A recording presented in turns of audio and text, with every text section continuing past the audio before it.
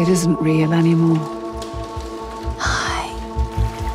What you miss doesn't exist. What's going on?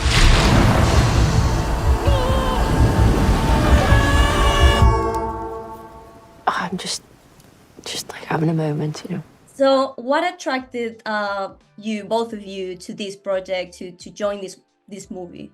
Yeah, I mean, for me, it was the opportunity to work with Mahalia. I was a huge fan of her previous work. So when this script came through with her name attached, I was already immediately excited. And then I read the script written by Alice Birch, who is also a genius and who I'm, again, a huge admirer of.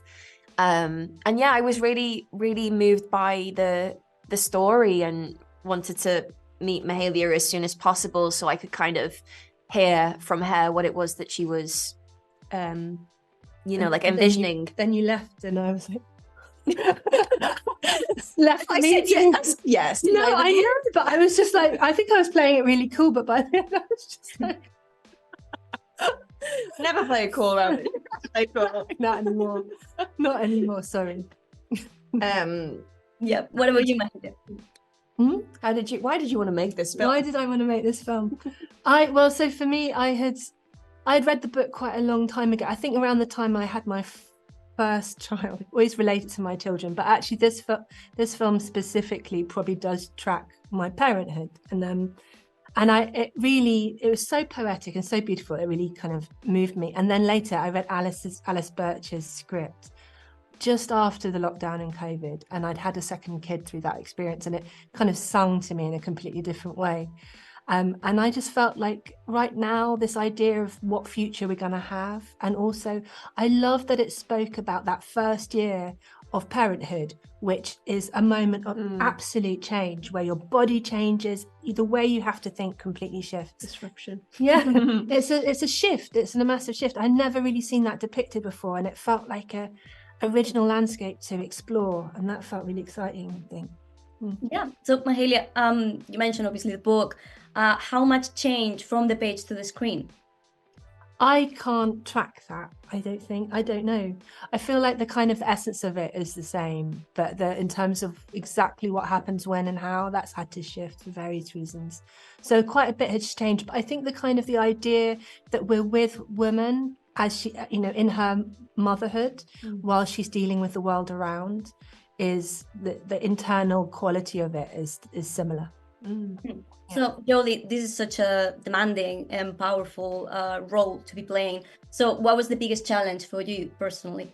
I think the biggest challenge and what I really wanted to get right was, speaking to motherhood, was making sure that it felt truthful. Especially when you read a script and then within the first scene it's a labor scene, and it's not quick, it's extensive, and it's we wanted to be very thorough with that depiction. And when I think about the physicality of being pregnant, I myself am not a mother, so there was so many kind of instincts or knowledge that I didn't have, and just making sure that I kind of delved into that. And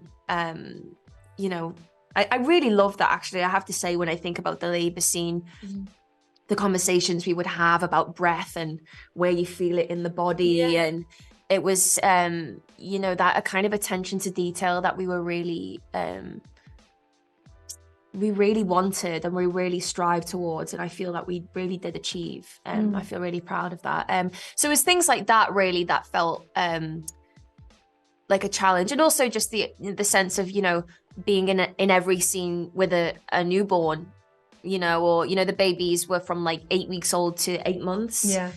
And just that responsibility, and having not been around babies an awful lot, and learning, learning how to hold them, how to take care of them.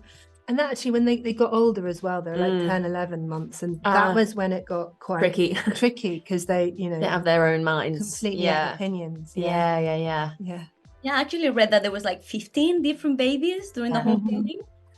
We had different ages, and we weren't always shooting in order, and they could only be on set for certain amounts of time. I mean, it was a kind of a Rubik's cube of kind of what you had to do to schedule these babies, and we only allowed them on was it on for 20 minutes 20 minutes at a time. Yeah, so we were literally juggling babies. I love that. Yeah, literally. No. So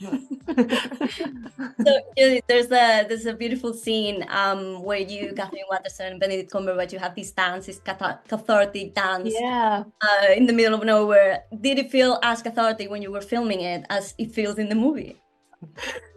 It was so cathartic. It was probably a little too cathartic for me. I actually got a note from May in that scene where she told me to rein it in. You didn't say those words, but you told me to just calm down. But it was amazing. So good. It was amazing because it was like we'd been shooting for a good few weeks. It was like a Friday night. We had the last 10, like when we got to the dance part, we had 10 minutes, maybe like even 1, less. 2 shots. 2 takes. 2 takes, yeah. The moon was full.